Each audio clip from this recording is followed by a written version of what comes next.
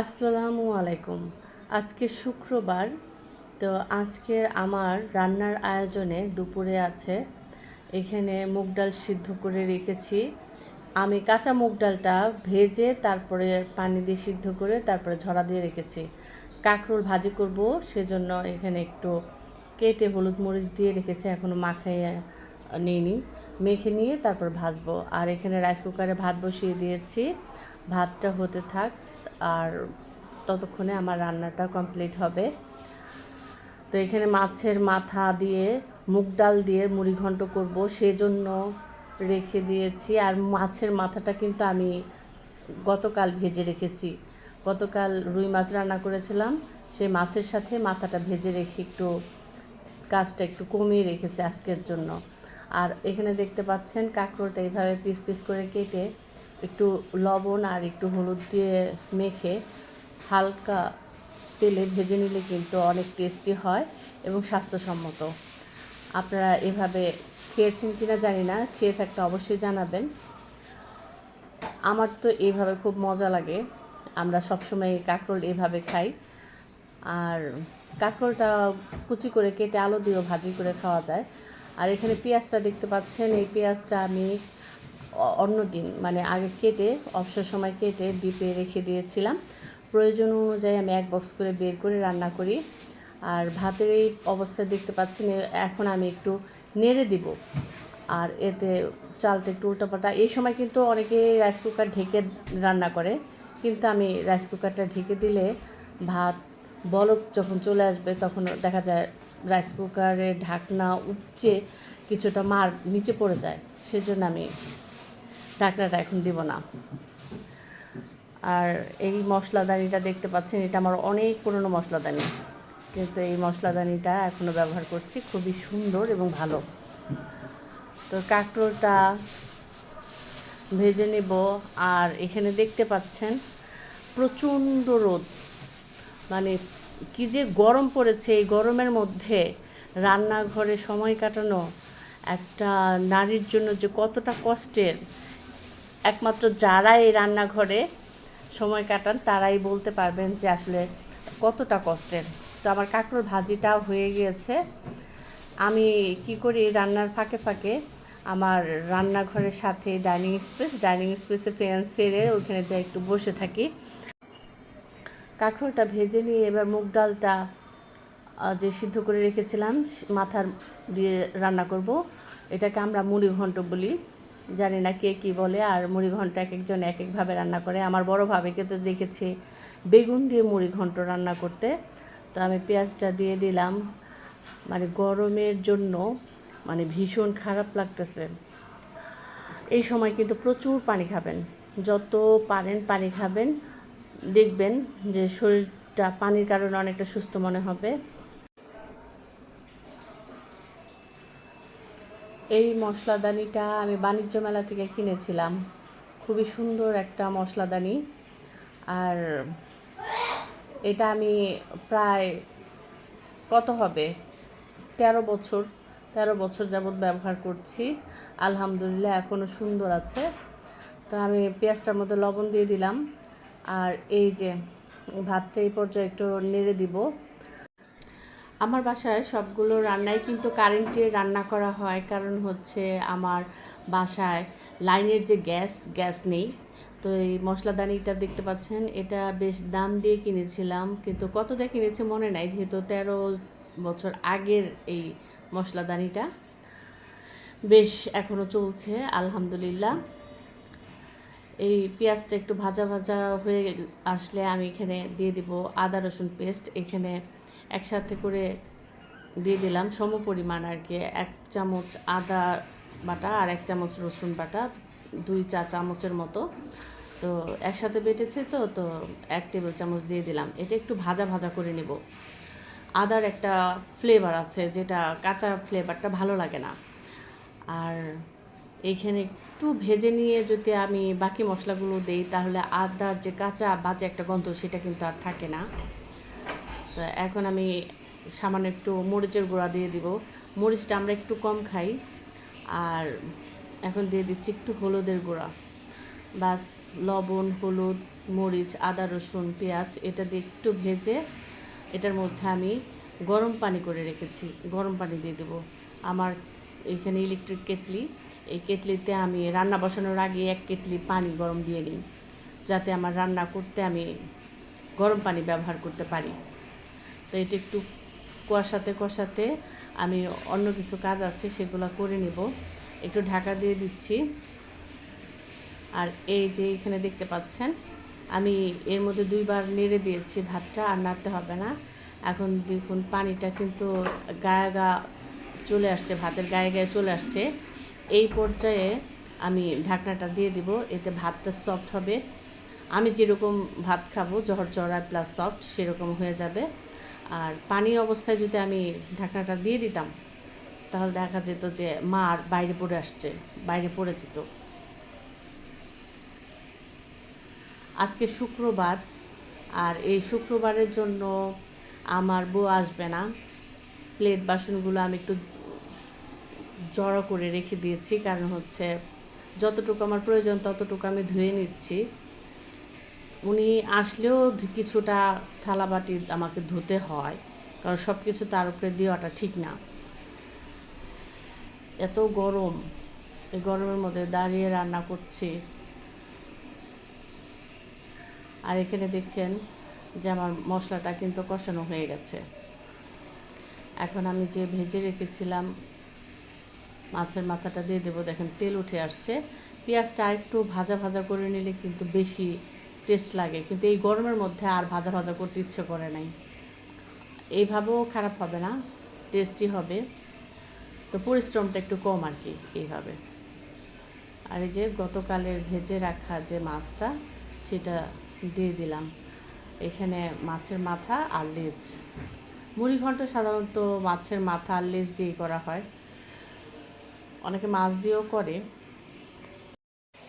রুই মাছ আমার ভীষণ পছন্দ, আর মাছের মাথা পছন্দ করে না এমন মানুষ খুব কম, যদিও অনেকে কাঁটা বেছে যারা খেতে কষ্ট হয় তাদের জন্য কাঁটাওয়ালা মাছ বা মাথা এগুলো একটু সমস্যা হয়, তো সেই সমস্যা আমার নাই।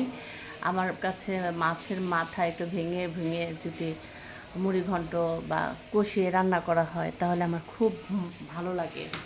তো এই পর্যায়ে আমি একটু পানি দিয়ে দিচ্ছি, যাতে তেল মশলা সব কিছু ভালোভাবে কষানোটা হয়।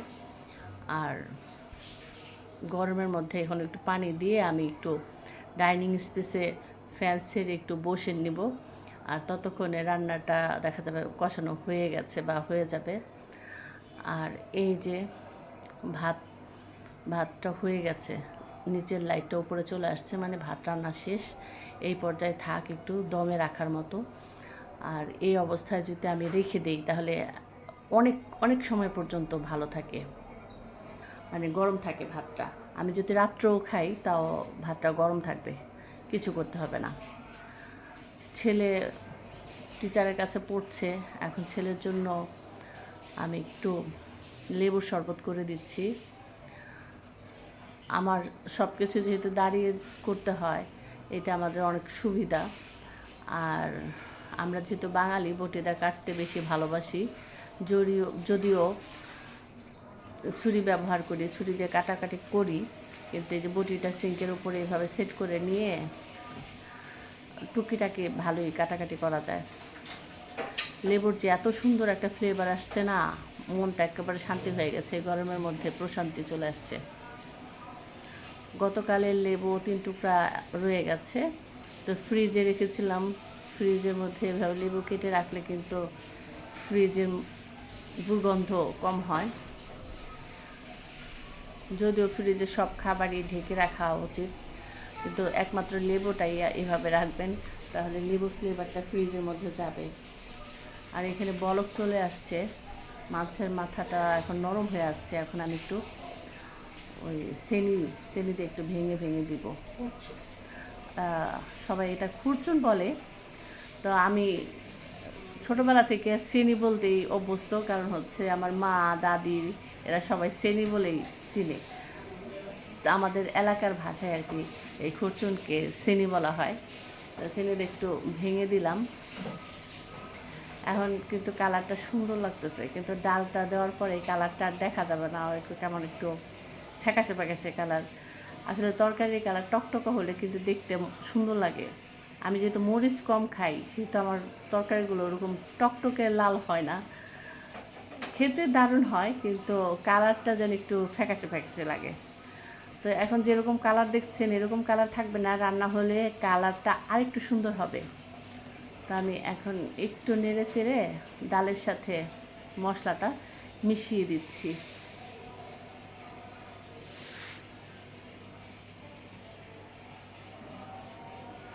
দেখতে পাচ্ছেন কালারটা কিন্তু তেমন একটা সুন্দর না, কিন্তু রান্নার শেষের দিকে কালারটা একটু সুন্দর আসবে। কারা কারা এইভাবে আমার মতো মুড়ি ঘন্ট রান্না করেন অবশ্যই বলবেন। একটু ঢেকে দিচ্ছি। আর এই ফাঁকে আমি আমার ছেলের জন্য লেবুর শরবতটা করে নেব। লেবু চিপড়ানোটা কিন্তু একটু কঠিন ব্যাপার। লেবুর জন্য আমি একটা লেবু চিপড়ানোর মেশিন কিনেছিলাম, ওটা দিয়ে অত ভালো চিপড়ানো যায় না। তো দেখতে পাচ্ছেন আমি এইভাবে লেবু কেটে এইভাবে গ্লাসের কর্নারে চেপে চেপে আমি লেবুটা চিপড়ে নেই, এতে রস পুরোটাই বের হয়ে আসে গ্লাসের মধ্যে, আর কোনো রস থাকে না লেবুর মধ্যে। আর সহজ, হাত দিয়ে চেপে চেপে করাটা একটু কষ্ট। এইভাবে যদি আপনি করেন তাহলে একটু বেশি সুবিধা। আপনারা বিশ্বাস না হয় এইভাবে করে দেখবেন। দেখুন লেবুর গায়ে কিন্তু একটুও রস নেই, পুরো একেবারে সুন্দরভাবে রসটা বের হয়ে আসে, আর শক্তিও কম লাগে। আমি যতটুকু জানি যে চিনিটা হচ্ছে হোয়াইট পয়জন, চিনিটা যত কম খাবো তত ভালো। তাই বলে যে লবণ অনেক অতিরিক্ত খেতে পারবো তা কিন্তু না, লবণও আমাদের শরীরের জন্য ক্ষতিকর, লবণটাও কম করে খাবো। কিন্তু এই যে ছেলের জন্য শরবতটা আমি তৈরি করছি, এখানে কিন্তু আমি চিনি ব্যবহার করব না। এখানে আমি সম্পূর্ণ চিনি ছাড়া লেবুর রস আর একটু লবণ দিয়ে দেব। আর এই যে লেবুর বুকাটার মধ্যে কিন্তু প্রচুর রস থাকে, ওইটা আমি আলাদাভাবে কেটে নিই। আর এটা হলো বিচি ছাড়া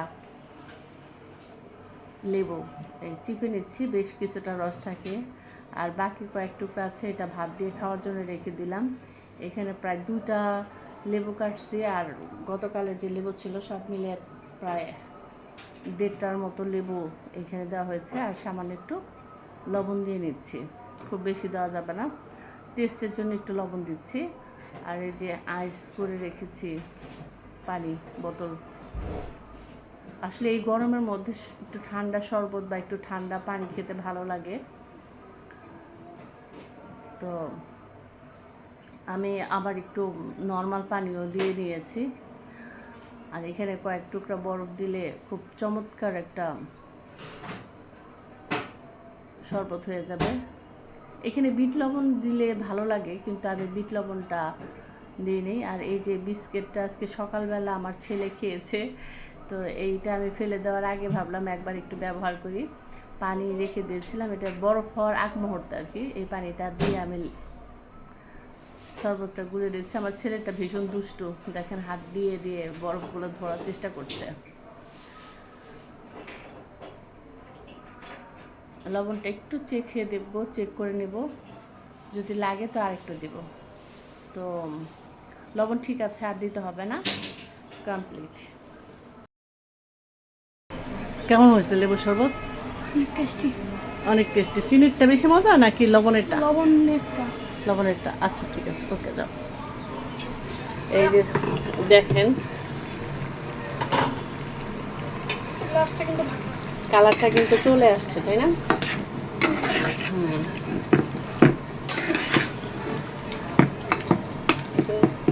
এই অবস্থা নামালে আর একটু ঝোলও থাকবে না, তাই একটু গরম পানি দিয়ে দেবো আমি। দেখি বাবা একটু,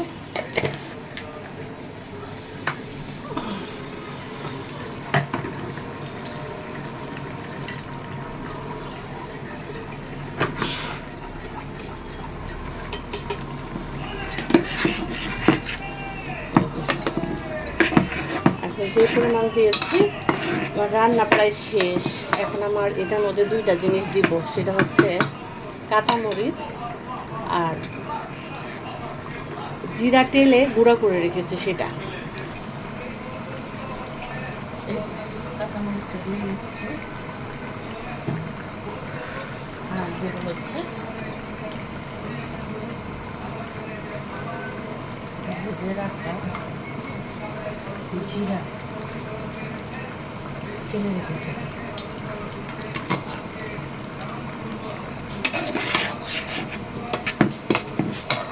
এখন নামায় রাখলেও হয়, কিন্তু এখন আমি নামাবো না, একটু পরে নামাবো,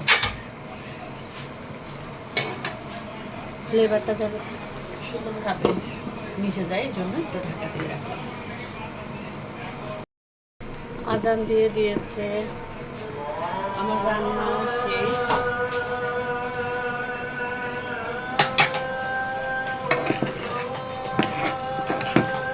হয়ে গেছে।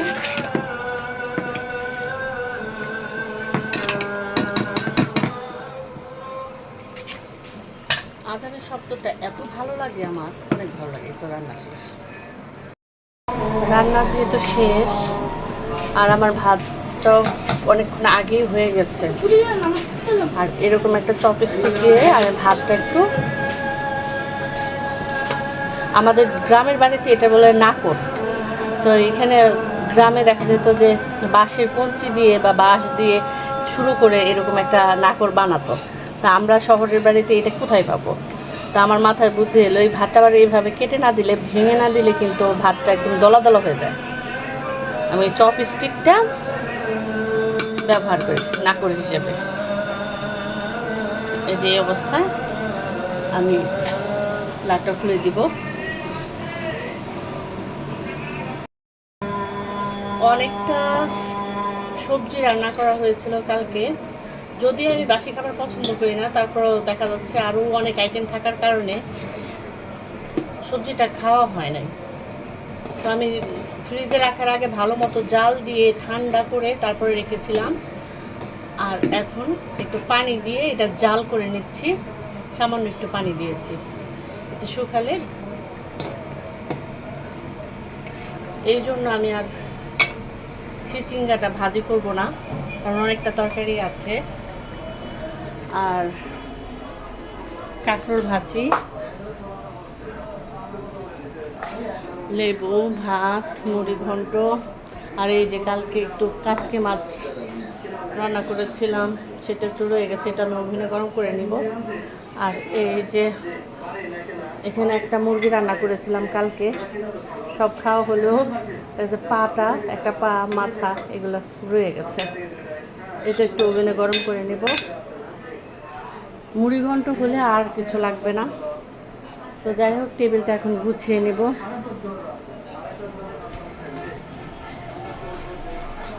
এটা গরম হতে থাক।